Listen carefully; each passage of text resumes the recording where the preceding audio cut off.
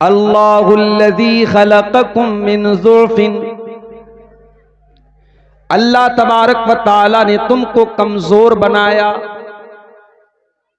तुम पैदा हुए मां के पेट से कमजोर,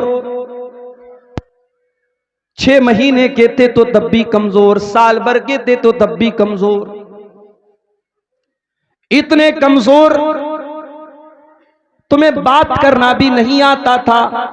तुम खाना मांगते थे तो रोने लगते थे, तुम पानी मांगते थे तो रोने लगते थे, बुखार आता था तो रोने लगते थे, पेट में दर्द होता था तब भी रोने लगते थे। 6 महीने का 1 साल का बच्चा अपने बाप को कहने का उसके पास एक ही मीडियम है, वो रोने लगता है, इतना कमजोर होता है।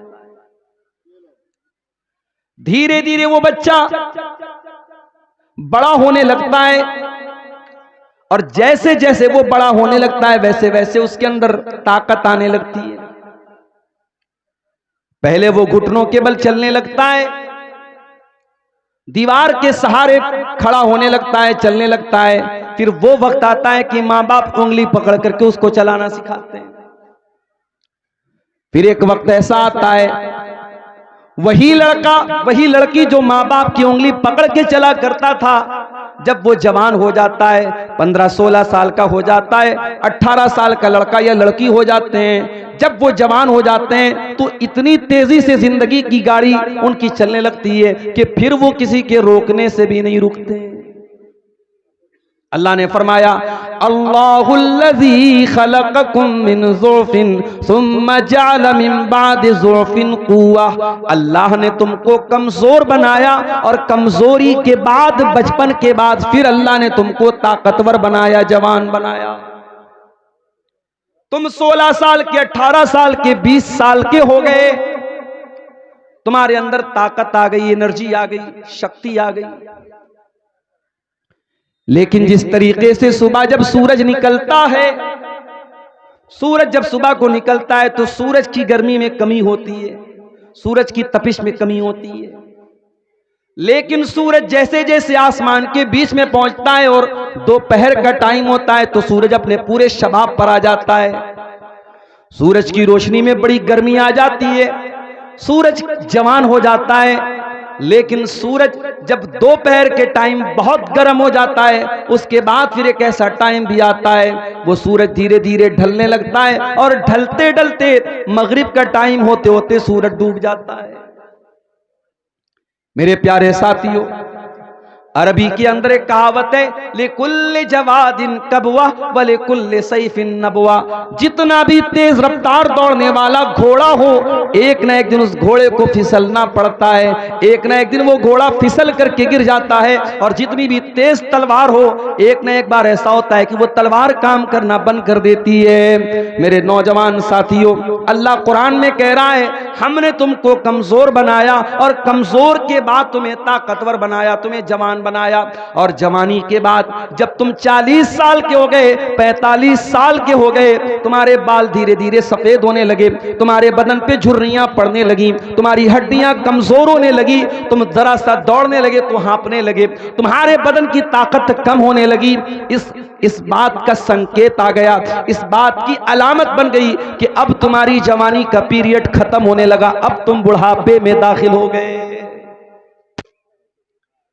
अल्लाहुल्लज़ी खलक़कुम मिन ज़ुअफ़, अल्लाह ने तुमको कमजोर बनाया, सुम्मा जअल मिन बादि ज़ुअफ़िन क़ुव्वतन, फिर कमजोरी के बाद बनाया, बादि क़ुव्वतिन ज़ुअफ़न व शैबा। ये चला। इंसान के जीवन में 3 दौर आते हैं, एक बचपन का दौर, एक जवानी का दौर, एक बुढ़ापे का दौर। अल्लाह ने बचपन को भी कमजोरी का दौर कहा, अल्लाह ने बुढ़ापे को भी कमजोरी का दौर कहा, बीच में ताकत का एक ही दौर है मेरे साथियों, वो जवानी का दौर है। ये जवानी का दौर अल्लाह ताला ने आपको ताकत का दौर दिया है। इस जवानी में आप जो कर सकते हैं वो बुढ़ापे में नहीं कर सकते, वो बचपन में नहीं कर सकते। इस जवानी में आपके अंदर जो ताकत और जो एनर्जी है वो 50 साल के होने के बाद भी आपको नहीं मिलने वाली, और 10 साल के बच्चे के अंदर भी वो ताकत नहीं मिलने वाली। ये ताकत का जमाना है, ये एनर्जी और शक्ति और पावर का जमाना है। लेकिन जवानी का ये दौर, हमें से बहुत बड़ी तादाद ऐसी है जो जवानी के इस दौर का मिस यूज कर रही है, इसका गलत इस्तेमाल कर रही है, इसका नाजायज इस्तेमाल कर रही है। कोई ऐसा भी नौजवान है जिसकी जवानी ज़िना के अड्डों पर गुजर रही है। कोई ऐसा भी नौजवान है जिसकी जवानी अपनी आंखों को गलत चीजों को देखने में गुजर रही है। कोई ऐसा भी नौजवान है जिसकी जवानी शराब में, चरस में, गांजे में और नशे में गुजर रही है। कोई ऐसी भी नौजवान लड़की है जिसको अल्लाह ताला ने जवानी की नेमत भी दिया है, खूबसूरत भी बनाया है, और वो अपनी खूबसूरती का गलत इस्तेमाल कर रही है। वो ज़िनाकारी के रास्ते पर जा रही है, वो बदकारी के रास्ते पर जा रही है।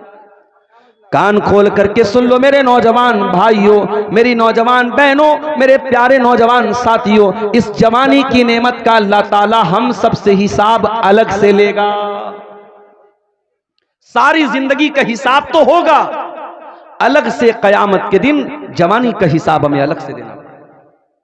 अल्लाह के प्यारे नबी फरमाते हैं, ला तज़ूलु क़दमा इब्ने आदम मिन इंदि रब्बिही यौमल क़ियामा। क़यामत के दिन कोई इंसान अपनी जगह से हिल नहीं पाएगा जब तक वो 5 सवालों का जवाब न दे दे। अन उम्रिही फीमा अफना, मेरे बंदे मैंने तुझको 50 साल की, 60 साल की, 70 साल की तुझको जिंदगी दी थी, तूने अपनी जिंदगी को कहां गुजारा, तूने अपना जीवन कहां गुजारा, तेरी 60 साल की जिंदगी कहां गुजरी, तू हिसाब दे। दूसरा सवाल, वन शबाबिही फीमा अबला, मेरे बंदे तूने अपनी जवानी को कहां गुजारा, जो 20 साल से लेकर के 40 साल का दौर था, जो ताकत का दौर था, जो एनर्जी का दौर था, मेरे बंदे तूने जवानी के दौर को कहां गुजारा। और तीसरा सवाल, वन मालिही मिन ऐन इक्तसबहू, तूने माल कहां से कमाया, बिजनेस करके कमाया, नौकरी करके कमाया, मजदूरी करके कमाया, जुआ के जरिए कमाया, सट्टे के जरिए कमाया, ड्रीम 11 के ऊपर तूने गेम खेल के कमाया, तूने किस तरीके से पैसा कमाया, तू अपनी कमाई का हिसाब दे। और चौथा सवाल, वफीमा अनफकहू, तूने माल कहां खर्च किया। और 5वां सवाल, वमाजा अमिला फीमा अलिमा, तूने जो इल्म हासिल किया, तूने कुरान और सुन्नत के बारे में जो सुना, जो जाना, जलसों में गया, तकरीरों में गया, खुतबे जुमा में सुना, तूने जो भी इल्म हासिल किया, उस इल्म के ऊपर तूने अमल कितना किया, तुझे इसका हिसाब देना पड़ेगा। माफ करना मेरे भाई, 5 सवाल हैं ये कयामत के दिन। ये आपके सीमांचल के रहने वाले एक बड़े ही कॉमन और बड़े ही आम आदमी, जिसके पास कोई पढ़ाई लिखाई भी नहीं है, कोई डिग्री भी नहीं है, उसको भी इस सवाल का जवाब देना है। और दिल्ली और मुंबई जैसे बड़े बड़े शहरों में रहने वाला और पढ़ा लिखा और कॉलेजों में और यूनिवर्सिटियों में पढ़ा हुआ इंसान, उसको भी इन 5 सवालों का जवाब देना है। किसी की गर्दन कयामत के दिन बच नहीं सकती इन 5 सवाल का जवाब दिया। और इसमें जो 5वां सवाल होगा, वमाजा अमीला फीमा अलिमा, तूने जो इल्म हासिल किया, उस इल्म के ऊपर तूने अमल कितना किया। ये सीमांचल के लोगों को इस सवाल का जवाब ज्यादा देना पड़ेगा। अक्टूबर का महीना शुरू हो चुका है, आधा के करीब खत्म भी हो चुका है, नवंबर बाकी है, दिसंबर बाकी है। मैं तो बनारस में रहने वाला, मुलाजमत के साथ, नौकरी के साथ जुड़ा हुआ इंसान हूं, लेकिन हमारे जो बंगला वक्ता आते हैं, मैं उनसे पूछता हूं, वो बताते हैं, मौलाना एक दिन भी हमारी डायरी खाली नहीं है। अक्टूबर के पूरे महीने में उनके प्रोग्राम, नवंबर के पूरे महीने में उनके प्रोग्राम, दिसंबर के पूरे महीने में उनके प्रोग्राम। पूछो कहां प्रोग्राम हो रहे हैं, कहेंगे सीमांचल में, किशनगंज में प्रोग्राम हो रहे हैं, अररिया में प्रोग्राम हो रहे हैं, फारबिसगंज में प्रोग्राम हो रहे हैं, पूर्णिया में प्रोग्राम हो रहे हैं, कटिहार में प्रोग्राम हो रहे हैं।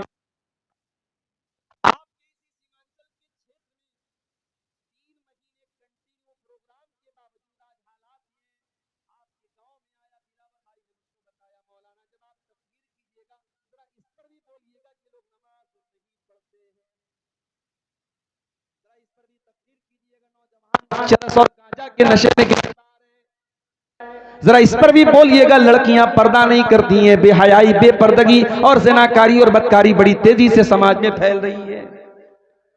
साल के 4-4 महीने कंटिन्यू प्रोग्राम के बावजूद और इंडिया के कोने कोने से उलमा और मुकर्रिरीन को बुलाने के बावजूद अगर सीमांचल के इन छोटे छोटे गांव में अगर नशा पाया जा रहा है, अगर जिना पाया जा रहा है, अगर सूद और सट्टा और लॉटरी पाई जा रही है, मेरे प्यारे साथियों, हमें गौर करने की जरूरत है अपने जलसों के ऊपर, हमें गौर करने की जरूरत है अपने प्रोग्रामों के ऊपर, हमें गौर करने की जरूरत है कि आज इतना बड़ा खर्च करने के बाद और इतने प्रोग्राम करने के बाद समाज आज कहां जा रहा है। आज क्यों दिन ब दिन बुराइयां बढ़ती चली जा रही हैं और दिन ब दिन क्यों नेकियां घटती चली जा रही हैं।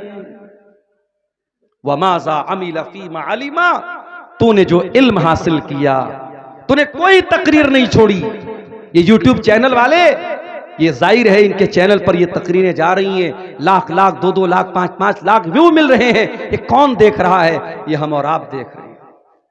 यानी तकरीरें सुनने वालों की भी कमी नहीं है, तकरीरें बयान करने वालों की भी कमी नहीं है। इल्म बयान हो रहा है, इल्म आम हो रहा है। अगर कमी है मेरे भाइयों तो उसके ऊपर अमल की कमी है। मेरे प्यारे साथियों, इन जलसों में आने के बावजूद अगर आप बेनमाजी के बेनमाजी रह गए, अगर गांजा और चरस पीने वाला अगर अपने गांजा और चरस को न छोड़ सका, शराब पीने वाला अगर अपने शराब को न छोड़ सका, पर्दा न करने वाली लड़की बेपर्दा ही रह गई, ज़िनाकारी और बदकारी में जो नौजवान मुलव्विस है वो अपने गलत काम से बाज ना आया। मेरे प्यारे नौजवान भाई और बहनों, कल कयामत के दिन इस सवाल का तुम क्या जवाब दोगे, जरा मुझे बता दो। वमाज़ा अमिला फीमा अलिमा, अल्लाह पूछेगा मेरे बंदे, तू जलसों में जाया करता था, तूने मौलाना अब्दुल गफ्फार का कोई जलसा न छोड़ा, तूने बंगला मुकर्रिरीन का कोई प्रोग्राम न छोड़ा, तूने उर्दू की तकरीरें भी सुनी, तूने बंगला की तकरीरें भी सुनी, तेरे मोबाइल का यूट्यूब की हिस्ट्री बता रही है तूने बहुत सारी तकरीरें सुनी। वमाज़ा अमिला फीमा अलिमा, तूने जो इल्म हासिल किया उस इल्म के ऊपर तूने अमल कितना किया?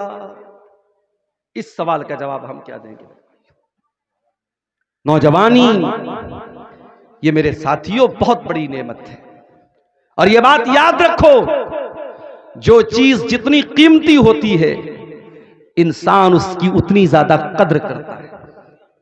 मैं अक्सर मिसाल देता हूं, 10-12 हजार रुपए का मोबाइल होता है, इंसान कहीं भी रख लेता है, और 50-60 हजार रुपए का आईफोन होता है ना, तो उसको बहुत संभाल के रखता है। अभी मेरी वाइफ के पास आईफोन है, मैं नहीं यूज करता, मैं सफर में रहता हूं। एक बार बिहार के ही एक सफर में ट्रेन में मेरा मोबाइल चोरी हो गया। मैंने तब से कान पकड़ लिया, मैं महंगा मोबाइल मैं नहीं इस्तेमाल करूंगा, नॉर्मल मोबाइल इस्तेमाल करता हूं 10-12 हजार का। वाइफ के पास हमारे आईफोन है, उनको शौक था, मैंने दिला दिया। उसका चार्जर काम करना बंद कर देता है मोबाइल का, आईफोन का। अब वो आईफोन के सर्विस सेंटर में मैं गया, मैंने कहा साहब चार्जर खराब हो गया है, अभी मेरा मोबाइल वारंटी में है, आप दे दीजिए मुझको दूसरा चार्जर। उन्होंने कहा नहीं साहब, अभी तो चार्जर ये बेंगलोर से आएगा, आपको 1 हफ्ता रुकना पड़ेगा। 1 हफ्ता आज के दौर में मोबाइल कौन स्विच ऑफ करके रखेगा। मैं मार्केट में गया, मैंने सोचा दूसरा चार्जर ले लूं। आईफोन का ओरिजिनल चार्जर सिर्फ उसका जो एडाप्टर आता है वो 1500-1600 रुपए का है, उसका जो वायर आता है वो 1500-1600 रुपए का, यानी पूरा चार्जर अगर आप ओरिजिनल चार्जर लेंगे 3000 का चार्जर मिलेगा। मैंने घर आके अपनी वाइफ से कहा कि और लो आईफोन, चार्जर खराब हो गया, अब चलो 3000 रुपया खर्च करके नया चार्जर तुमको दिलाऊं। लोकल चार्जर भी आप लेने जाएंगे आईफोन का 500-600 रुपए से कम का नहीं मिलेगा, जबकि दूसरे मोबाइल का आपको 100 रुपए में 150 रुपए में आसानी से मिल जाएगा। तो जो चीज जितनी कीमती होती है उसका मेंटेनेंस भी उतना कीमती होता है। जवानी कीमती है तो जवानी का मेंटेनेंस भी कीमती है मेरे भाई। बूढ़ा इंसान है, उसके सामने से कोई खूबसूरत लड़की गुजरी, उसको अपनी आंखों पर कंट्रोल करना मुश्किल नहीं है, वो बूढ़ा हो चुका है, उसकी उम्र निकल चुकी है, उसके जज्बात ठंडे पड़ चुके हैं। लेकिन आप नौजवान हैं, 20 साल 22 साल 25 साल आपकी उम्र है, आप मार्केट में जा रहे हैं और आपके सामने से कोई बेपर्दा लड़की घूम रही है, तो फिर आपको अपनी आंखों पर कंट्रोल करने के लिए अपने दिल को अल्लाह के डर से आबाद करना पड़ेगा। बूढ़ा इंसान है, फजर की अजान हो रही है, अस्सलातु खैरुम मिनन नौम की आवाज आ रही है, जल्दी से नींद खुल जाती है, बिस्तर छोड़ता है, वजू करता है, मस्जिद में आ जाता है। वहीं पर एक नौजवान जो रात को 2-2 बजे तक 3-3 बजे तक मोबाइल में लगा हुआ था, वो फजर के टाइम उसको अपनी नींद को कुर्बान करके मस्जिद में आना बहुत मुश्किल काम है। मगर मेरे प्यारे साथियों, इसी मुश्किल काम की अल्लाह ताला क्या बड़ी वैल्यू है। अल्लाह के प्यारे नबी फरमाते हैं कल कयामत का दिन होगा, सूरज 1 मील की दूरी पर होगा, लोग गर्मी से बेहाल होंगे, लोग धूप से बेहाल होंगे, लोग पसीने में डूबे हुए होंगे। गर्मी के उस आलम में अल्लाह के नबी फरमाते हैं कि अल्लाह ताला 7 लोगों को अपने अर्श का साया देगा। 7 ऐसे खुश नसीब होंगे जिनको अल्लाह ताला अपने अर्श का साया देगा। वो कौन 7 खुश नसीब होंगे? उसमें एक इंसान वो भी होगा, फरमाया वशाबुन नशा फी इबादतिल्लाह, वो नौजवान जिसकी जवानी अल्लाह ताला की इबादत में गुजरी हो, जिसकी जवानी अल्लाह की इबादत में गुजरी हो, जिसने नमाजों की पाबंदी की हो, जिसने अल्लाह की इबादत की पाबंदी की हो, उस नौजवान को अल्लाह तबारक व तआला कयामत के दिन जब सूरज 1 मील की दूरी पर होगा, अल्लाह तबारक व तआला उसको अपने अर्श का साया।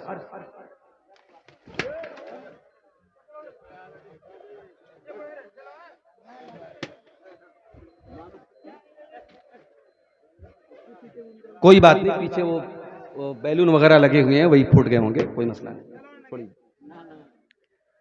तो मेरे भाइयों, जवान इंसान का इबादत में अपने आप को लगाना ये आसान काम नहीं है, मुश्किल काम है। और इस मुश्किल काम को करने का सवाब क्या है? अल्लाह के प्यारे नबी फरमाते हैं वशाबुन नशा फी इबादतिल्लाह, वो नौजवान जिसकी जवानी अल्लाह की इबादत में गुजरी।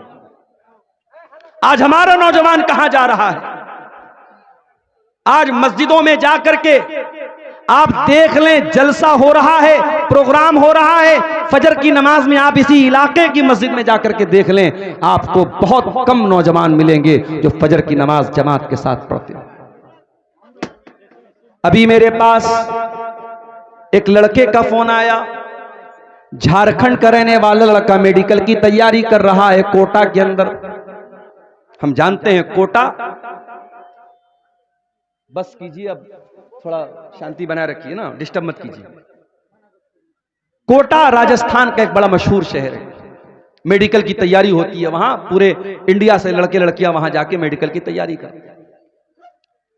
मेरे पास फोन आया, लड़का रहने वाला कहां का है? झारखंड का, पाकुड़ का। कल शाम की बात बता रहा हूं आपको, मैं इलाहाबाद में था, बनारस से 100 किलोमीटर दूर। उसका फोन आया मेरे पास, उसने कहा मौलाना साहब एक बात आपसे कहनी है। मैंने कहा बताइए क्या बात है? उसने कहा मौलाना साहब मैं कोटा में मेडिकल की तैयारी करने आया हूं। मैंने 6 महीना पहले एक लड़की को देखा, वो लड़की सर से पैर तक नकाब में रह करके मेडिकल की तालीम हासिल कर रही थी। मैं बहुत खुश हुआ, चलो इस बेहयाई के दौर में हमारी कोई मुसलमान बहन है जो पर्दे के अंदर रह करके डॉक्टरी की तालीम हासिल कर रही है, मेडिकल की तालीम हासिल कर रही है। मौलाना साहब, उसी लड़की को 6 महीना पहले मैंने मुकम्मल नकाब में और पर्दे में मेडिकल की तालीम हासिल करते हुए और कोचिंग करते हुए देखा था। और अब जो बात मैं आपको बता रहा हूं, वो लड़का मुझसे फोन पर कहता है मौलाना मैं ये बात इस जज्बे के साथ कह रहा हूं कि मेरा दिल खून के आंसू रो रहा है। मैं रोते हुए ये बात आपसे कह रहा हूं मौलाना साहब कि वो लड़की जो 6 महीना पहले इस कोटा शहर के अंदर मुकम्मल पर्दे में आई थी, आज वो लड़की अपने पर्दे को उतार करके, अपने नकाब को उतार करके शलवार और कमीज पहने हुए और सर पे दुपट्टा भी है, यानी मालूम हो रहा है कि मुसलमान है। और वो गैर मुस्लिम लड़कों के साथ, उनके साथ घूम रही है, फिर रही है, उनके साथ होटलों में रातें भी गुजार रही है, उनके साथ बदकारियां भी कर रही है। ये मंजर देख करके मौलाना साहब मेरा दिल खून के आंसू हो रहा है। किस तरीके से जो घर से जो लड़की नकाब में निकली थी और यहां आने के बाद भी जो नकाब में रहा करती थी, कितनी खूबसूरती के साथ आज उस लड़की को इतना बेहया और बेगैरत बना दिया गया कि वो मुशरिकों के साथ, वो अल्लाह को न मानने वालों के साथ, वो बुतों के आगे सजदा करने वालों के साथ, वो शर्मगाह की इबादत करने वालों के साथ रंगरलियां मना रही है। मौलाना साहब हमारी गैरत कहां मर गई? वो नौजवान रो रहा है और फोन पर मुझको ये मामला बता रहा है और कह रहा है कि आप मुझे बताइए कि मैं क्या करूं। मैंने कहा मेरे भाई, जो बात तुम मुझे बता रहे हो ये कोई नई बात नहीं है। तुमने एक मिसाल देखी है, इस तरीके की सैकड़ों मिसालें हर शहर में आज मौजूद है। कोई मुसलमानों की बस्ती और मुसलमानों का इलाका खाली नहीं है जहां ये वबा और ये जरासीम जहां न पहुंच चुके हों। कल तक दिल्ली से खबरें आती थी, मुंबई से, कलकत्ता से खबरें आती थी, मुसलमान लड़की गैर मुस्लिम के साथ भाग गई, काफिर हो गई, मुर्तद हो गई। अब कटिहार से भी खबरें आना शुरू हो गई हैं, अब पूर्णिया और किशनगंज से भी हालात और वाकयात मिलने लगे, अब बनारस और मऊ से भी वाकयात मिलने लगे, अब छोटे छोटे शहरों से भी ये वाकयात मिलने लगे। आज मुसलमान लड़कियां गैर मुस्लिमों के साथ बाकायदा मुर्तद हो रही हैं, इस्लाम को छोड़ रही हैं और उनके मजहब में दाखिल। मेरे प्यारे भाइयों, इस्लामी तारीख में ऐसा दौर कभी नहीं देखा गया। इस्लाम इतना हकीर तो कभी न था, ईमान इतना सस्ता तो कभी न था कि किसी के आई लव यू बोल देने पर एक लड़की अपने ईमान को कुर्बान कर दे, किसी के मोहब्बत के दो मीठे बोल सुन करके एक लड़की अपने इस्लाम को छोड़ दे। ये दौर आज हम बदनसीबों को देखना पड़ रहा है। मेरे प्यारे भाइयों, हमने तो तारीख में पढ़ा था जब सलाहुद्दीन अय्यूबी रहमतुल्लाह अलैह अपने फौजियों के साथ जब यहूदियों का मुकाबला कर रहे थे, जब बैतुल मुक़द्दस को यहूदियों के कब्जे से और सलीबियों के कब्जे से वो छुड़ा रहे थे, तो एक ऐसा दौर भी आया था कि यहूदियों ने अपनी लड़कियों को भेजा था और उन लड़कियों ने मुसलमान फौजियों को बाकायदा ऑफर किया था, अपने कपड़े को उतार करके अपने जिस्म को बरहना करके उन मुसलमान फौजियों का ईमान खरीदने की कोशिश की थी। मगर सलाहुद्दीन अय्यूबी रहमतुल्लाह अलैह के वो फौजी उन लड़कियों के बरहना जिस्म को देखने के बावजूद नहीं पिघले। उन्होंने कहा नहीं नहीं, ऐ यहूदी औरतों, हम तुम्हारे दामे फरेब में फंसने वाले नहीं हैं, हम तुम्हारे जाल में फंसने वाले नहीं हैं, हम तुम्हारे चक्कर में आने वाले नहीं हैं। हम अल्लाह के लिए और हम इस्लाम के लिए ये काम कर रहे हैं। और जब तक उन्होंने बैतुल मुक़द्दस को यहूदियों के और सलीबियों के कब्जे से रिहा न कर लिया, तब तक उन्हें चैन की नींद ना आई। हमने तो वो दौर देखा था मेरे भाई। हमारी तारीख तो ऐसी रही है कि हजरते सुमैया रजी अल्लाह ताला अन्हा अपने जवान बेटे के सामने और अपने शौहर के सामने जब उनको जंजीरों में जकड़ दिया गया और अबू जहल ने धमकी दी कि ऐ सुमैया कोई जवान औरत नहीं है, 50-55 साल की बूढ़ी औरत है। अबू जहल कहता है सुमैया, अगर तूने मोहम्मद का दीन नहीं छोड़ा, तूने इस्लाम नहीं छोड़ा, हम तेरे जवान बेटे के सामने तुझे बरहना कर देंगे, तुझे नंगा कर देंगे, तेरे बदन के कपड़े छीन लेंगे। सुमैया रजी अल्लाह ताला अन्हा मुसलमान थी, औरत थी, एक माँ भी थी। एक माँ के लिए इससे बढ़ के शर्म की और गैरत की बात क्या होगी, उसके जवान बेटे के सामने माँ को नंगा कर दिया जाए। मगर सुमैया, तेरे ईमान का क्या कहना, तेरी इस्तिकामत का क्या कहना, तेरे दीन का क्या कहना। सुमैया ने अपने जवान बेटे के सामने नंगा हो जाना गवारा कर लिया मेरे प्यारे साथियों। मगर सुमैया ने ईमान से कॉम्प्रोमाइज नहीं किया, इस्लाम से कॉम्प्रोमाइज नहीं किया।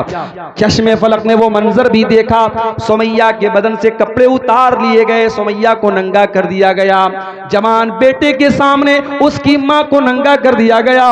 बेटे ने अपनी आंखों को झुका लिया, मां बेचारी आंखें बंद करके इस जिल्लत को सह रही है। और इस पर भी अबू जहल ने बस न किया और बर्छी उठा करके उसने बरहना करने के बाद हजरत सुमैया की शर्मगाह के ऊपर बर्छी मार करके उनको शहीद कर दिया।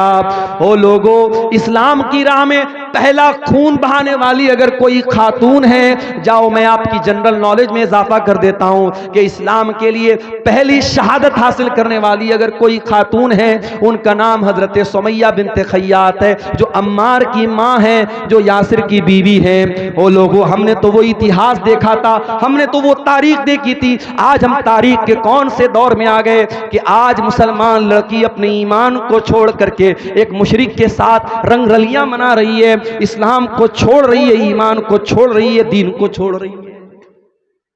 क्या हमें नहीं मालूम? इस्लाम से बड़ी मेरे भाइयों कोई नेमत नहीं है, इस्लाम से बड़ी कोई नेमत नहीं है। हम फकीरों के पास दुनिया में कुछ न हो, रहने को ढंग का मकान न हो, खाने को ढंग का खाना न हो, पीने को पानी न हो, रहने को छत न हो, अगर हमारे पास ईमान है, कल कयामत के दिन अल्लाह पूछेगा क्या लेके आए? अल्लाह पूछेगा मेरे बंदे तू दुनिया में तो बड़ी गुर्बत के साथ रहा करता था, एक झोपड़ी में एक झुग्गी में रहा करता था, तेरे पास ज्यादा दौलत भी न थी, तेरे घर में अच्छे खाने भी न बना करते थे, तूने बड़ी परेशानियों की जिंदगी गुजारी है। बंदा कहेगा अल्लाह मैंने सारी परेशानी तो उठा ली, तेरी तौहीद को कभी न खोया, अय अल्लाह तेरे दीन को कभी न खोया, वला तमूतुन्न इल्ला व अंतुम मुस्लिमून पर अल्लाह मैं अमल करता रहा। अय अल्लाह मैंने मरते दम तक इस्लाम की हिफाजत की और इस्लाम को लेकर के आज मैं आया हूं। अय अल्लाह मैंने दुनिया में कभी शिर्क न किया, कभी कुफ्र न किया। जब वो बंदा ईमान को लेकर के जाएगा अल्लाह तबारक व तआला उसे जन्नत में दाखिल करेगा, और एक दूसरा इंसान आएगा जो बहुत दौलत लेकर के और बहुत पैसा लेकर के आएगा, जमीन भर के सोना लेकर के आएगा। अल्लाह पूछेगा क्या तू ईमान लेकर के आया? बंदा कहेगा अल्लाह मेरे पास ईमान की दौलत नहीं है, मैं इस्लाम नहीं लाया, मैं काफिर हो गया, मैं मुशरिक हो गया, मैं मुर्तद हो गया। अल्लाह कुरान में कहता है इन्नल्लज़ीना कफरू व मातू व हुम कुफ्फार, जो ईमान के बगैर दुनिया से चले जाएंगे, जो कुफ्र की हालत में दुनिया से चले जाएंगे, फलन युक़बला मिन अहदिहिम मिलउल अर्दि ज़हबा, वो जमीन भर के सोना भी अगर लेके आ जाएं, उनका जमीन भर के सोना भी अल्लाह क्या कबूल नहीं किया जाएगा। आज के नौजवान को तो मालूम ही नहीं है इस्लाम किसको कहते हैं, तौहीद किसको कहते हैं। क्रिसमस आता है, ये बेचारा सोशल मीडिया पर अपने आप को भाईचारा दिखाने के लिए ये लिखता है मैरी क्रिसमस। कोई गैर मुस्लिम का त्योहार आता है, ये शुभकामनाएं देता है, ये शिर्क और कुफ्र के कामों पर मुबारकबाद देता है। मेरे प्यारे साथियों, शराबी शराब पीता है, गलत काम करता है, जिनाकार जिना करता है, गलत काम करता है, नशा करने वाला नशा करता है, गलत काम करता है, चोरी करने वाला चोरी करता है, गलत काम करता है, मगर शिर्क से बड़ा कोई पाप नहीं है, शिर्क से बड़ा कोई गुनाह नहीं है। अल्लाह की धरती पर रहकर, अल्लाह का दिया हुआ खाकर, अल्लाह की ऑक्सीजन में सांस लेकर, अल्लाह की जमीन में रह करके इंसान जब अल्लाह के साथ शिर्क करता है, इतना बड़ा पाप है, अल्लाह इस पाप को कभी माफ नहीं करेगा। वो अल्लाह जो गफूरुर रहीम है, जो माफ कर देने वाला, बहुत क्षमा कर देने वाला है, वो अल्लाह कुरान में कहता है इन्नल्लाह ला यगफिरु अन युशरक बिही व यगफिरु मा दून ज़ालिका लिमन यशा। ऐ मेरे बंदो, तुम शिर्क करोगे तो हम तुम्हारे शिर्क को माफ नहीं करेंगे। शिर्क के अलावा तुम कोई और गुनाह करोगे हम माफ कर सकते हैं, मगर शिर्क हमारी बारगाह में माफ नहीं होगा। शिर्क अल्लाह ताला माफ नहीं करेगा। आज हमारे बहुत सारे मुसलमान भाई भी शिर्क कर रहे हैं। अभी एक त्योहार आया था जिसको त्योहार बना दिया गया 11वीं शरीफ। जानते हो ये 11वीं शरीफ का त्योहार क्या होता है? पता नहीं, आपके सीमांचल में तो ये त्योहार मनाने वाले हमारे भाई नहीं है। बनारस और मऊ में आप आके देखें, हमारे बहुत सारे भाई 11वीं शरीफ मना रहे हैं। क्या करते हैं उस दिन अच्छी अच्छी चीजें खाने पकाने की बनाते हैं और उस पर मन्नत मानते हैं। किसके नाम की? शेख अब्दुल कादिर जिलानी रहमतुल्लाह अलैह, जो बहुत बड़े अल्लाह के नेक बंदे थे, उनके नाम पे बिरयानी बन रही है, उनके नाम पे खिचड़ा बन रहा है, उनके नाम पे चीजें बन रही हैं और उनके नाम से गरीबों में बांटी जा रही हैं। मेरे प्यारे साथियों, अल्लाह कुरान में जब हराम चीजों की लिस्ट बयान करता है तो क्या कहता है? इन्नमा हर्रमा अलैकुमुल मैतता वद्दमा वलहमल खिंजीर। अल्लाह तुम पर हराम कर रहा है किस चीज को? मुर्दार को और सूअर के गोश्त को, वमा ओहिल्ला लिगैरिल्लाह, और जिस चीज पर अल्लाह के सिवा किसी और का नाम लिया जाए, जिस बकरे को अल्लाह के सिवा किसी और के नाम से ज़बा किया जाए, जिस खाने को अल्लाह के सिवा किसी और के नाम से उसको चढ़ावा चढ़ाया जाए, मन्नत मानी जाए, वो सूअर के गोश्त की तरह हराम है, वो मुर्दार की तरह हराम है। आज कितने नौजवान हैं जो ये तमाम चीज़ें खा रहे हैं। अभी मेरे पास भी व्हाट्सएप पर मैसेज आता है, मौलवी साहब फला जगह से मुझे ऐसी चीज मिली है जो किसी बुत के ऊपर चढ़ाई गई थी। चूंकि ऑन द रिकॉर्ड बात कर रहा हूं, मैं वो अल्फाज इस्तेमाल नहीं कर रहा हूं। किसी बुत के ऊपर कोई चीज चढ़ाई गई है और वो चीज ला करके हमें दी गई, तो क्या हम उसे खा सकते हैं? ये आज मुसलमान पूछ रहा है। वो मुसलमान जो कुरान की आयत पढ़ता है कि अल्लाह सूअर और मुर्दार के साथ उस चीज का जिक्र कर रहा है जिस पर गैरुल्लाह का नाम लिया गया। तो मेरे नौजवान साथियों, पहले अपने अकीदे की फिक्र करो, अपनी तौहीद की फिक्र करो और आगे बढ़िए। हमारे नौजवानों में एक बहुत बड़ी खराबी जो पैदा होती चली जा रही है, हमारे बहुत सारे नौजवानों की जिंदगी का मकसद सिर्फ पैसा कमाना, इंजॉय करना, खाना पीना, घूमना फिरना बन गया है। जिंदगी का 3 मकसद है, इंजॉय करो, खाओ पियो, इंजॉय करो। मेरे प्यारे साथियों, अगर जिंदगी का यही 3 मकसद है, खाओ पियो और इंजॉय करो, तो फिर हमारे और जानवरों के बीच में क्या फर्क है? अल्लाह ने हमें इंसान क्यों बनाया? अल्लाह ने कुत्ता और सूअर नहीं बनाया, इंसान बनाया है। और जब इंसान बनाया है तो अपने क्रिएशन और अपनी पैदाइश के मकसद को समझो। अल्लाह कुरान में कहता है, वमा खलक़तुल जिन्न वल इंसा इल्ला लियअबुदून। मेरे बंदों, मैंने जिन्नात को और इंसानों को अपनी इबादत के लिए पैदा किया है। हम और आप पैदा हुए हैं अल्लाह की इबादत के लिए।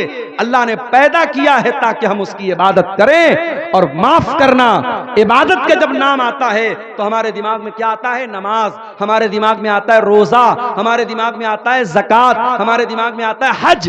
माफ करना, आप अपनी बीवी का हक अदा करते हैं, बच्चों का हक अदा करते हैं, हलाल रोजी कमाने के लिए धक्के खाते हैं, हलाल रोजी कमाने के लिए सफर करते हैं।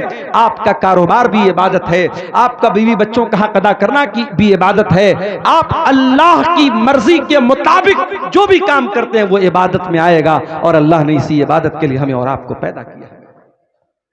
दुनिया का दस्तूर है, जो चीज अपना मकसद पूरा नहीं करती उसे यूजलेस बना करके फेंक दिया जाता है।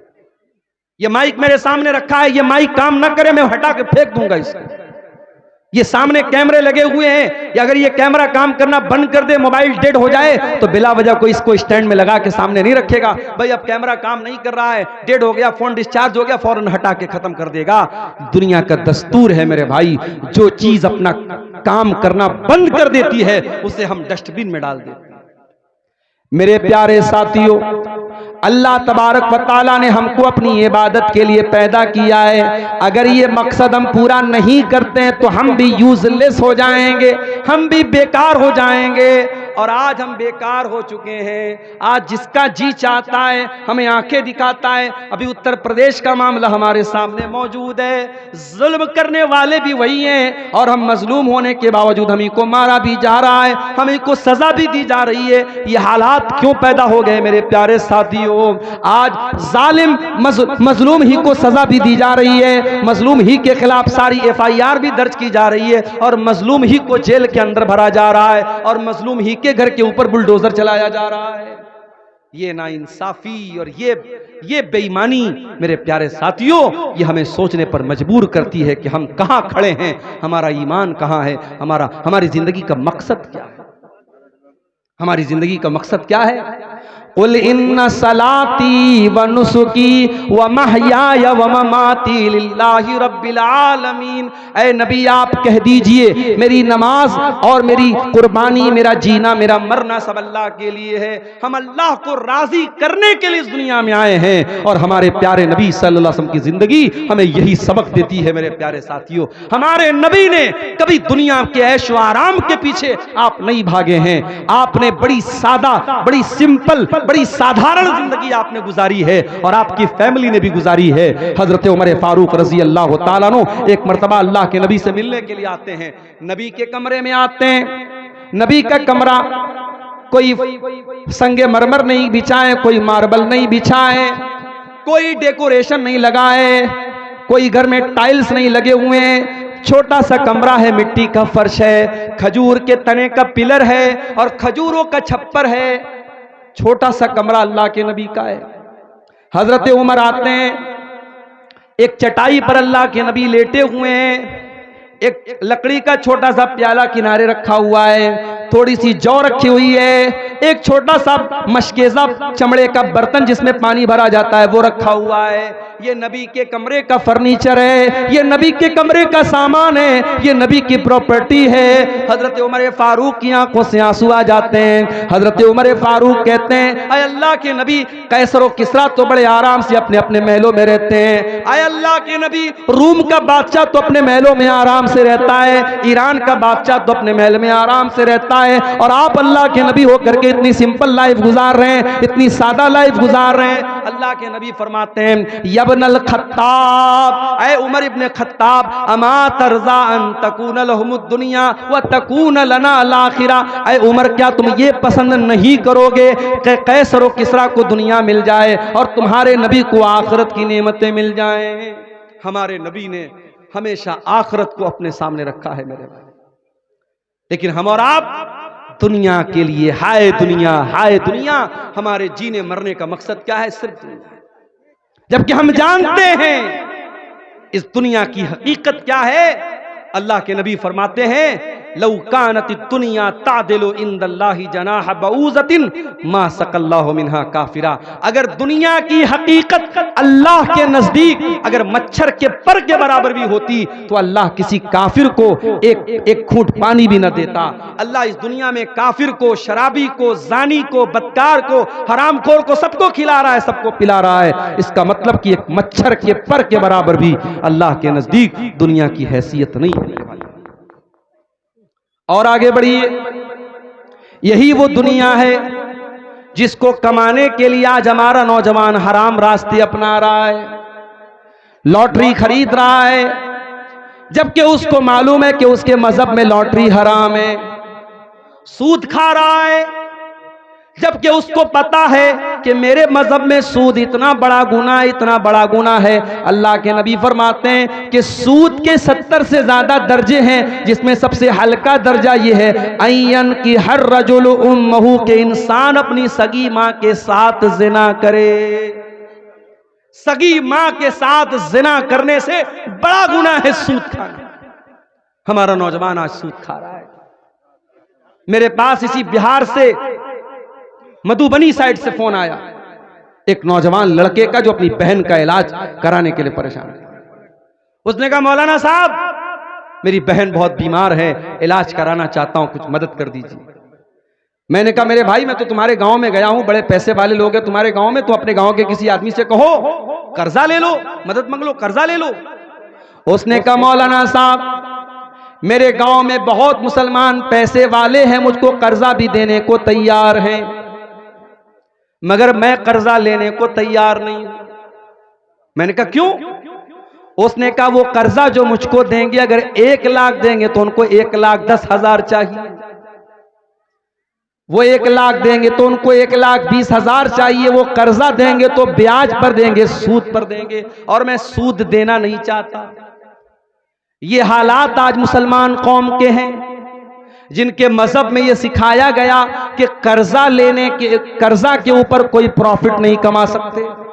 अगर आप किसी को 100 रुपया कर्जा देते हैं और ये तय करके देते हैं कि वो 100 का 110 देगा, हराम है, वो 10 रुपया ब्याज है, सूद है, इंटरेस्ट है। अगर आप किसी को 100 रुपया कर्जा देते हैं और ये तय करके देते हैं कि वो 100 रुपया कर्जा आपको लौटाएगा और साथ में आपको चाय पिलाएगा, तो वो चाय भी आपके लिए। क्या हो रहा है भाई, काहे डिस्टर्ब कर रहे हो? फोड़ दो ना सारे गुब्बारे एक साथ फोड़ दो भाई, बार बार क्यों डिस्टर्ब हो? अगर 100 रुपया आपने किसी को कर्जा दिया और उस 100 रुपये के कर्जे पर अगर आपने सामने वाले से चाय भी अगर मांग ली तो ये चाय भी आपके लिए हराम है। मसला नोट करो, कर्जे पर आप प्रॉफिट नहीं कमा सकते। प्रॉफिट कमाना है, बिजनेस करो, पार्टनरशिप करो, पैसा लगा के। कर्जा दिया है, कर्जा मदद के लिए दिया जाता है, कर्जा कमाने के लिए दिया जाता है। इस्लाम में कर्जे के ऊपर आप प्रॉफिट नहीं कमा सकते। इमाम अबू हनीफा रहमतुल्लाह अलैह बहुत बड़े इमाम गुजरे हैं।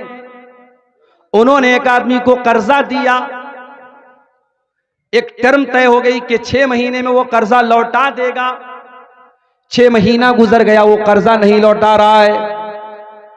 वो टेलीफोन का जमाना नहीं था, मोबाइल का जमाना नहीं था, वरना आज तो लोग व्हाट्सएप कर दे, कॉल कर दे कि भाई मेरा पैसा लौटा दो।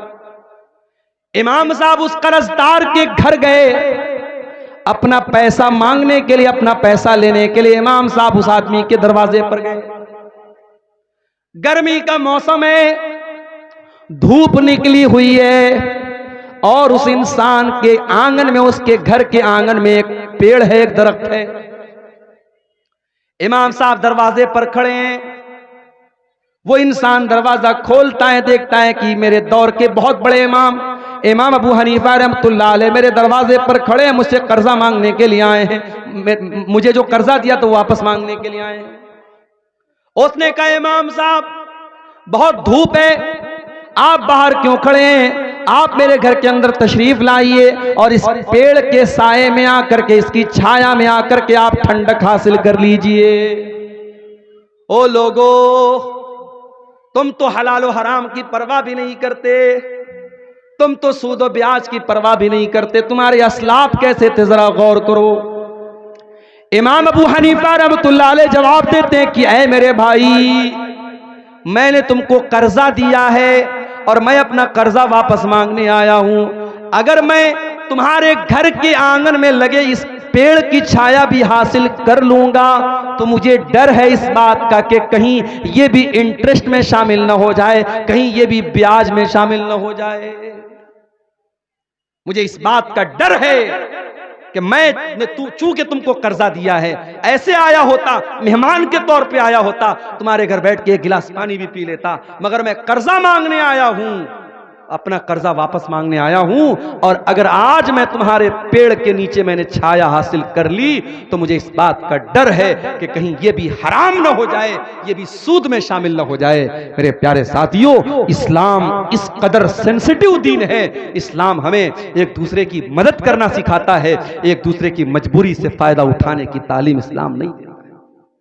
इतना बड़ा सीमांचल का इलाका है, बड़ी बड़ी संस्थाएं आपने बनाई हैं, क्यों नहीं आपने एक छोटा सा बैतुल माल बनाया? छोटे छोटे व्यापारी जो 10,000 15,000 रुपया कर्जा लेकर के एक छोटा मोटा कारोबार शुरू कर सकते हैं, 15,000 20,000 रुपया वो बैंक से जाकर के लोन लेते हैं, और जब बैंक से लोन लेते हैं तो हर महीना वो जब उसकी किस्तें चुकाते हैं तो वो पैसा उसमें ब्याज के साथ देते हैं। मेरे प्यारे साथियों, आज पूरी कौम ब्याज और सूद के दलदल में धंसती चली जा रही है, और कौम में जो पैसे वाले लोग हैं उन्हें जर्रा बराबर शर्म और गैरत नहीं आती कि कौम के उन गरीबों को हम इस दलदल से निकाल दें, बगैर किसी इंटरेस्ट के और बगैर किसी प्रॉफिट के। नॉन प्रॉफिटेबल आप कर्जों को दीजिए मेरे भाइयों, ताकि समाज को सूद और ब्याज से बचाया जा सके।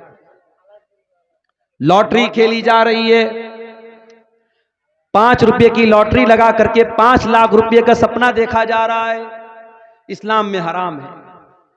कोई भी ऐसा कारोबार जिसमें आपका पूरा पैसा डूब भी सकता है और उसका डबल भी मिल सकता है, जिसमें आपका पैसा दांव पे लगा है, वो लॉटरी, वो जुआ हराम है इस्लाम में।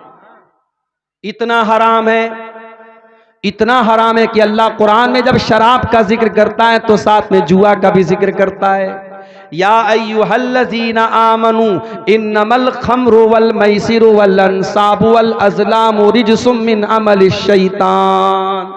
ऐ ईमान वालो, ये जो शराब तुम पीते थे अब तक और जुआ जो तुम खेला करते थे अब तक, और किस्मत का हाल मालूम करने के लिए जो पांसे के तीर निकालते थे, पहले क्या करते थे? किस्मत का हाल मालूम करने के लिए तीर निकालते थे। अभी आज मेरे पास एक फोन आया, एक औरत का फोन आया, उसने कहा मौलाना साहब मेरे जेवर चोरी हो रहे हैं, सोने का बड़ा कीमती जेवर 30-30 ग्राम का 30-30 तोले का मेरा सोने का कड़ा और सोने का हार चोरी हो गया, और जबकि मेरी अलमारी जहां पे मेरे जेवर रखे रहते वहां कोई नहीं जाता है, मेरे घर का कोई इंसान नहीं जानता है, फिर भी मेरे जेवर चोरी हो रहे हैं। उसने कहा मौलाना साहब मैं मसला जानना चाहती हूँ, हमारे मोहल्ले में एक औरत है जिसके कब्जे में जिन्नात है और जिन्नात के जरिए वो पता करके बता सकती है कि हमारे जेवर को कौन चोरी कर रहा है। मैंने कहा मेरी बहन आप सब्र से काम लीजिए, आप सब्र से काम लीजिए, अल्लाह से दुआ कीजिए, अगर आपकी किस्मत में होगा वो हार आपका वापस मिलेगा, मगर इस तरीके से किसी जिन के जरिए आप ये मालूम करें, इस्लाम में इसकी इजाजत नहीं मिलती है। अरब में क्या होता था, वो जब सफर करने निकलते थे तो तीर निकालते थे, अगर तीर पे लिखा रहता था कि सफर करना है तो करते थे, अगर यस वाला निकला तो सफर करते थे, नो वाला निकला तो नहीं करते थे। अल्लाह ने कहा कि शराब भी हराम है, जुआ भी हराम है, और किस्मत का हाल मालूम करने के लिए जो तुम तीर निकालते हो ये भी हराम है। वल अंसाब, और गैरुल्लाह के नाम पर जो तुमने स्थान बना के रखे हैं, जो तुमने आस्थाने बना के रखे हैं, तुमने बुतों के नाम पर जो जगह बना के रखी हैं, वो सब हराम है। रिजसुम मिन अमलि शैतान, ये सब गंदे काम है, शैतान के काम है। फजतनिबूहु लअल्लकुम तुफलिहून, ऐ मुसलमानों इन तमाम कामों से तुमको बचना है, तभी तुम कामयाब हो सकते हो। तो शराब भी हराम है, जुआ भी हराम है, और आज नौजवान दोनों काम कर रहा है। शराब तो शराब है, हमारा नौजवान आज ड्रग्स ले रहा है। आज कितने खतरनाक किस्म के ड्रग्स आज हमारे नौजवान ले रहे हैं। मैं महाराष्ट्र में गया, मुंबई में एक जगह पड़ती है मुंब्रा, मुंब्रा में बहुत बड़ी मुसलमानों की आबादी है। मुंब्रा में मुझे लोगों ने बताया कि वहां एक पाउडर है, एक ड्रग्स का की एक किस्म है, नौजवान वहां बड़ी तेजी से उसका इस्तेमाल कर रहे हैं। स्कूल में पढ़ने वाले छोटे छोटे बच्चे भी उसका शिकार हो रहे हैं, और डॉक्टरों का कहना है कि इतना खतरनाक है वो नशा कि जो इंसान की बॉडी को बिल्कुल गला देता है। बड़ी तेजी से नौजवान आज उसका इस्तेमाल कर रहा है। मेरे प्यारे नौजवान साथियों, ये जो तुम ड्रग्स इस्तेमाल कर रहे हो, जो गांजा इस्तेमाल कर रहे हो, जो गुटखा इस्तेमाल कर रहे हो, जो स्मोकिंग कर रहे हो, जो ड्रिंकिंग कर रहे हो, अल्लाह के वास्ते तौबा कर लो। अपने शरीर को बर्बाद ना करो, अपने जिस्म को बर्बाद ना करो। ये जिस्म अल्लाह की अमानत है, ये जिंदगी अल्लाह की अमानत है, कल अल्लाह पूछेगा वला तक़्तुलू अनफुसकुम, ऐ मेरे बंदे जब मैंने कुरान में कह दिया था कि तुझे आत्महत्या करने की, खुदकुशी करने की परमिशन नहीं है, तूने क्यों किया? मेरे प्यारे नौजवान साथियों, आप अल्लाह को क्या जवाब दोगे? कोई भी ऐसा नशा जो आपकी बॉडी के लिए, आपके शरीर के लिए हानिकारक है, नुकसानदेह है, उसका इस्तेमाल करना जायज नहीं है। और जो लोग कहते नहीं साहब सिगरेट पीना हराम नहीं मकरूह है, गुटखा खाना हराम नहीं मकरूह है, वो अल्लाह को जवाब देने के लिए तैयार हो जाएं। ये मकरूह गुरु कोई चीज नहीं है, वो हराम है। जो चीज आपकी बॉडी को नुकसान पहुंचा रही वो मकरूह नहीं है, वो हराम है। उससे हमें और आपको अपने आप को बचाना है। मेरे प्यारे नौजवान साथियों, ये शराब इतना खतरनाक नशा होता है। उस्मान गनी कहते हैं शराब से बचो, शराब तमाम बुराइयों की जड़ है। फिर उस्मान गनी एक वाकया बयान करते हैं कि तुमसे पहले के दौर में एक आदमी बहुत नेक इंसान था, और उस दौर की एक बदचलन औरत ने उसको फंसाने की प्लानिंग की। अपनी एक लौंडी को भेजा, वो लौंडी आती और कहती है मेरी मलका ने आपको बुलाया है, कोई काम है, कोई मसला है। वो आदमी नेक इंसान था, अल्लाह का बंदा था, नेक बंदा था। उस नौकरानी के, उस लौंडी के पीछे पीछे चला गया। जब वो उस नेक इंसान को लेकर के जाती है, एक कमरे में जाकर के कमरा बंद कर देती है, उसके बाद अगले कमरे में जाकर के उसका भी दरवाजा बंद कर देती है। इस तरीके से 7 कमरों के अंदर जाने के बाद लास्ट कमरे में वो औरत मिलती है, जो एक बदचलन औरत है, जो एक फाहिशा औरत है, जिसका काम जिनाकारी बदकारी करना है, वो औरत है। उस औरत ने कहा कि मुझे कोई काम नहीं था, मैंने तुमको बुलाया है, तुम्हारे सामने 3 ऑप्शन है, या तो तुम मेरे साथ जिना करो, या वहीं पर शराब की एक बोतल रखी हुई थी, कहा कि इस शराब की बोतल में से एक प्याला शराब निकाल करके तुम पी जाओ, और तीसरा रास्ता ये एक मासूम बच्चा है, तुम इसकी हत्या कर दो, कत्ल कर दो। इन 3 कामों में से कोई एक काम तुमको करना है। उस अल्लाह के नेक बंदे ने सोचा जिना करना तो बहुत बड़ा गुनाह है, मैं ये नहीं कर सकता, बच्चे की हत्या करना बहुत बड़ा गुनाह है, ये मैं नहीं कर सकता। शराब पीना तो हल्का गुनाह है, चलो मैं शराब पी लेता हूं। उसने बोतल में से एक प्याला शराब निकाल करके पी लिया। जब एक प्याला उसने शराब को पी लिया, नशा चढ़ा, उसने एक प्याला और निकाल करके पी लिया, यहां तक कि उसने पूरी बोतल को खाली कर दिया। और जब पूरी बोतल के शराब के नशे में वो गिरफ्तार हो गया, हजरत उस्मान गनी कहते हैं, अबू दाऊद की सही रिवायत है, नसई की सही रिवायत है, कि उस इंसान ने नशे की हालत में जिना भी किया और उस मासूम बच्चे की हत्या भी कर दी। आज कितने क्राइम हो रहे हैं नशे की हालत में, कितनी बच्चियां अपने बाप की ज्यादती का शिकार हो रही हैं। अभी कल की न्यूज है, अखबार में मैंने पढ़ा कि बाप नशा करके आता था और अपनी ही 10 साल की 12 साल की बच्ची के साथ काला करतूत करता था। नशा वो खतरनाक चीज है मेरे भाई, जिसने बाप की और बेटी की सीमाओं को भी खत्म कर दिया, जिसने मर्यादाओं को खत्म कर दिया, जिसने भुला दिया कि बाप अपनी बेटी को किस नजर से देख रहा है। इसलिए मेरे अजीजों, अपने आप को नशे से बचाओ, अपने समाज को नशे से बचाओ। बिहार सरकार आज नशे के खिलाफ अभियान चलाती है। कोई जाके कह दे नीतीश कुमार जी से, कोई जाके कह दे बिहार सरकार से कि तुमने आज नशे के खिलाफ अभियान छेड़ा है, तुमने नशे के ऊपर आज रोक लगाई है। मोहम्मद रसूलुल्लाह सल्लल्लाहु अलैहि वसल्लम 1400 साल पहले नशे पर रोक लगाई है। आज की सरकारों को नशे पर रोक लगाने के लिए एडवर्टीजमेंट करना पड़ता है, विज्ञापन करना पड़ता है, अखबार में देना पड़ता है, रेडियो पर देना पड़ता है, टीवी पर देना पड़ता है। मेरे नबी ने कोई विज्ञापन नहीं किया, कोई एडवर्टीजमेंट नहीं किया, कोई प्रचार नहीं किया। मेरे नबी ने कुरान की आयत पढ़ के सुना दी। अल्लाह ईमान वालों से कह रहा है कि ऐ ईमान वालों, शराब हराम है, फहल अंतुम मुंतहून। ऐ ईमान वालों, शराब हराम है, क्या अभी भी तुम शराब पियोगे? क्या अभी भी तुम नशा करोगे? अल्लाह सवाल कर रहा है। सहाबा कहते हैं, अल्लाह, ऐ हमारे परवरदिगार, हम वादा करते हैं कि आज के बाद हम शराब को हाथ नहीं लगाएंगे। शराब के प्याले निकाल के, शराब के बर्तन निकाल के मदीना की गलियों में पानी की तरफ बहा दिया जाता है और सहाबे किराम के घरों से शराब का नामो निशान खत्म हो जाता है।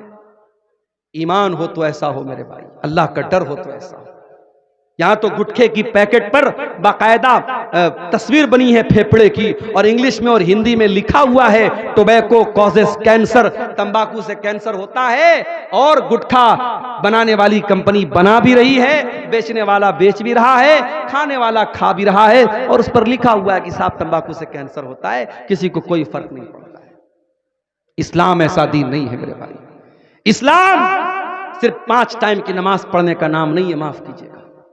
इस्लाम आपकी तरबियत करता है। अगर आप एक सच्चे मुसलमान हैं तो आपका कैरेक्टर कैसा है, आपका किरदार कैसा है, आप अपनी बीवी के लिए शौहर कैसे हैं, आप अपने बच्चों के लिए बाप कैसे हैं, आप समाज के लिए इंसान कैसे हैं, इस्लाम ये सारी चीजें भी तय करता है। अगर आप नमाजी तो बन गए मगर अपनी बीवी के लिए अच्छे शौहर नहीं है, अपने बच्चों के लिए अच्छे बाप नहीं है, अपने पड़ोसी के लिए अच्छे पड़ोसी नहीं है, आपकी जात से समाज को तकलीफ पहुंच रही है, आपकी जात से पड़ोसी को तकलीफ पहुंच रही है, आप लोगों का जीना हराम कर रहे हैं, तो माफ कीजिएगा, ये इस्लाम की तालीम नहीं है, ये मोहम्मद रसूलुल्लाह की तालीम नहीं है। मेरे नौजवान साथियों, आज इन चीजों का जायजा लेने की